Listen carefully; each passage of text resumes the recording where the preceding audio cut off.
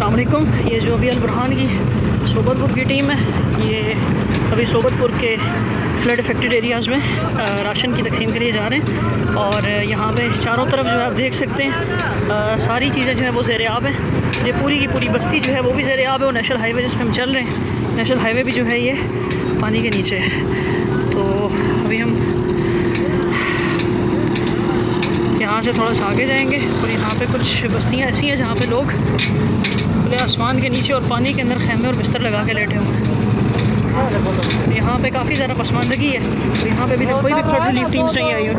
तो यहाँ पे खुराक की, राशन की, उसके अलावा खैमों की और मच्छरदानियों की शदीद ज़रूरत है। उसके अलावा पानी की कसरत की वजह से यहाँ पे मच्छर बहुत ज़्यादा है और जिसकी वजह से मलेरिया और इस किस्म के अमराज फैलने का खतरा है। तो ये इलाके सोबतपुर का सबसे ज़्यादा फ्लड अफेक्टेड है।